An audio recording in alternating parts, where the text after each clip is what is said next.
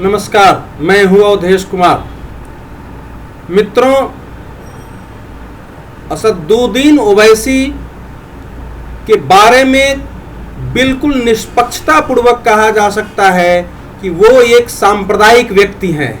वो देश में मुसलमानों के पक्ष में उग्र बातें करके, आक्रामक बातें करके और देश में उसी प्रकार से मुसलमान का नेता बनने की राह पर है जिस ढंग से आज़ादी के पूर्व मोहम्मद अली जिन्ना बने थे।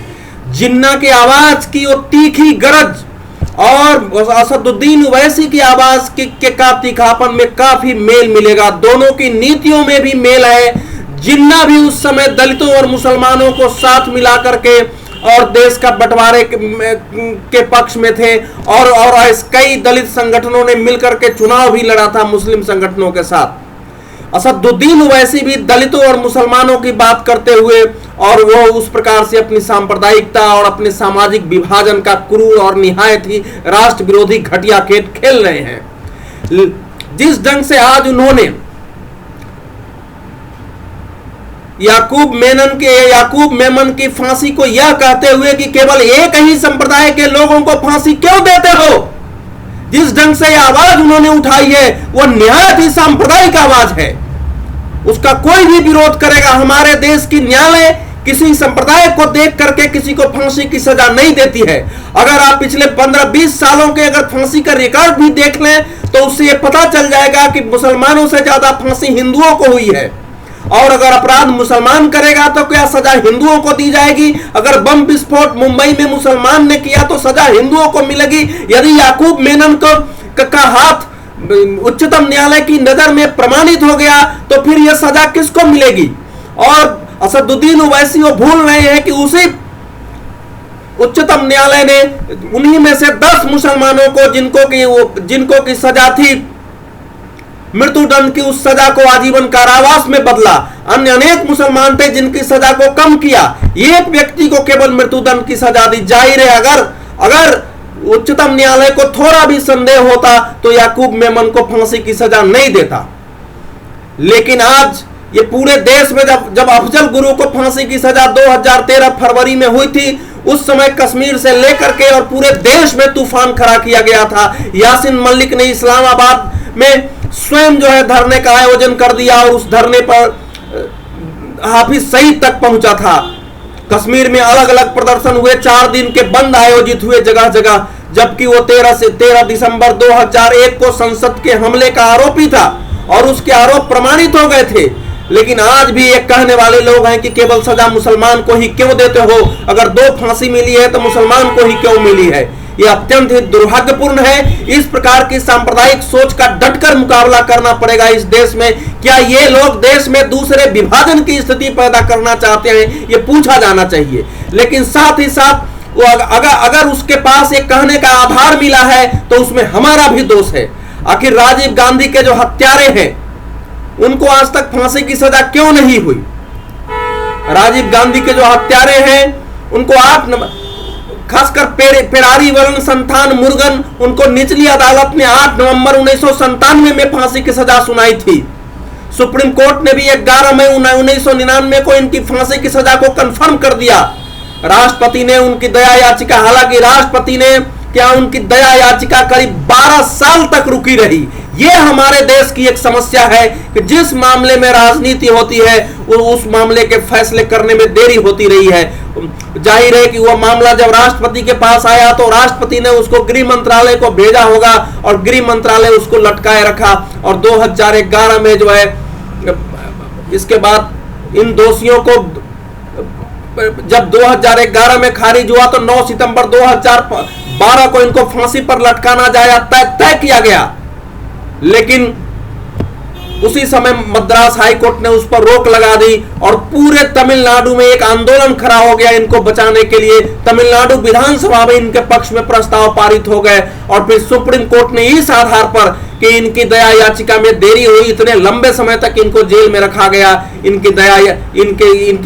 इनके फांसी को और उम्र कैद में बदल दिया। तो जाहिर है ये आधार अगर हम देंगे तो कोई न कोई सांप्रदायिक व्यक्ति इसका उपयोग करेगा।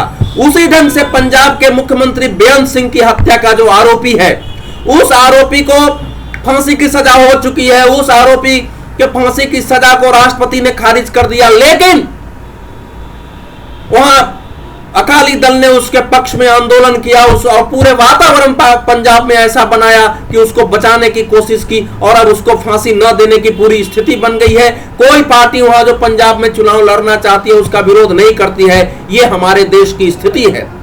यहाँ अफजल गुरु को फांसी की सजा होने के बाद कायदे से उसको 2006 में फांसी हो जानी चाहिए थी, उसको लटकाए रखा गया और लगातार इस ढंग से आवाज उसके पक्ष में उठती रही। लेकिन असदुद्दीन ओवैसी एक वकील है, वो जानते हैं कि वो जो कुछ भी बोल रहे हैं उसमें कानूनी पेच में वो नहीं फंसेंगे।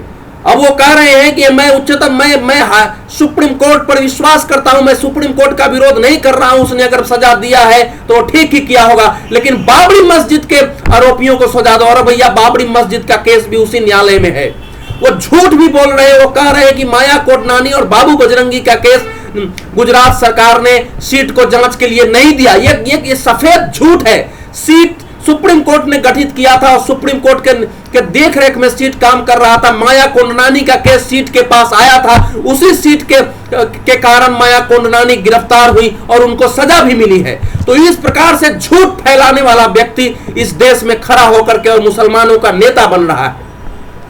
याकूब मेनन के बारे में मैं निजी तौर पर किसी को भी फांसी देने के पक्ष में नहीं होता हूं, लेकिन जब तक हमारे देश में फांसी की सजा का प्रावधान है, मृत्युदंड का प्रावधान है, तब तक उच्चतम न्यायालय और कोर्ट ये इस प्रकार की सजा देंगे और सरकारों को उसको जल्दी से जल्दी उच्चतम न्यायालय के जो भी फैसला देता है उसको अमल में लाना चाहिए। यानी अगर मृत्युदंड की सजा मिली राष्ट्रपति के हाथ, तो उसकी दया याचिका पर तुरंत फैसला हो और उसके बाद सरकारें उस फैसले को लागू करें, क्योंकि सजा फैसले का अपने आप में कोई महत्व नहीं है। फैसले तो अमूर्त है, फैसले को अमल में लाना उसको मूर्त करता है, और वो मुख्य काम है जिसमें हमारे देश की सरकारें जो है लगातार इसमें गलतियां करती रही है। ऐसे अनेक उदाहरण हमारे पास हैं जिनसे कि आपको पता चल जाएगा अगर देखेंगे कि किस प्रकार से फांसी 97-98 में हो गई और आज तक वो व्यक्ति उसको फांसी नहीं मिली। हरियाणा के ऐसे केस हैं, ऐसे वीरप्पन के साथियों का केस पड़ा हुआ है, ऐसे अनेक केस हैं देश भर में।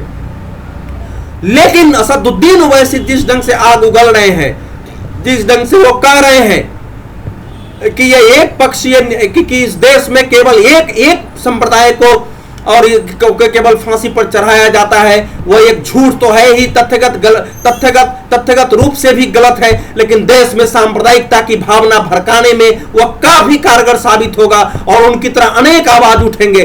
पहले ही अबू आजमी जैसे नेता पहले ही ये बोल चुके हैं कि मुसलमान था, इसीलिए यहाँ की सरकार ने जल्दी से जल्दी उसकी फांसी की तिथि तय की। माजिद मेनन जो कि राज्यसभा के सदस्य राष्ट्रवादी कांग्रेस पार्टी के नेता हैं, उन्होंने इस पर सवाल उठा दिए और कहा कि अगर मुसलमान नहीं होता तो भारतीय जनता पार्टी की सरकार इतनी जल्दी फैसला नहीं लेती। कम से कम राष्ट्रवादी कांग्रेस पार्टी को इस आधार पर माजिद मेनन को अपनी पार्टी से बाहर निकालना चाहिए था और राज्यसभा की सदस्यता भंग करने के लिए कदम उठानी चाहिए थी। लेकिन राजनीति हमारे यहाँ ऐसी है, वोट की राजनीति, जिसके कारण कोई हिम्मत से कदम नहीं उठा पाता है।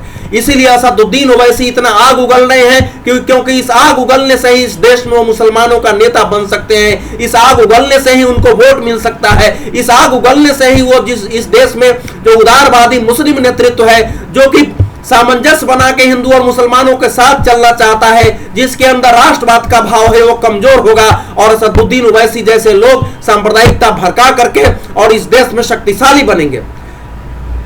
तो इसका घोर विरोध होना चाहिए। लेकिन उन्होंने जो प्रश्न उठाए हैं कि आखिर बेअंत सिंह के हत्यारों को फांसी क्यों नहीं हुई, आखिर राजीव गांधी के हत्यारों को फांसी क्यों नहीं हुई, इस सवाल पर विचार करना आवश्यक है। जब तक इस प्रकार से इस देश में होगा, असदुद्दीन ओवैसी जैसे सांप्रदायिक तत्व इसका लाभ उठाते रहेंगे। धन्यवाद।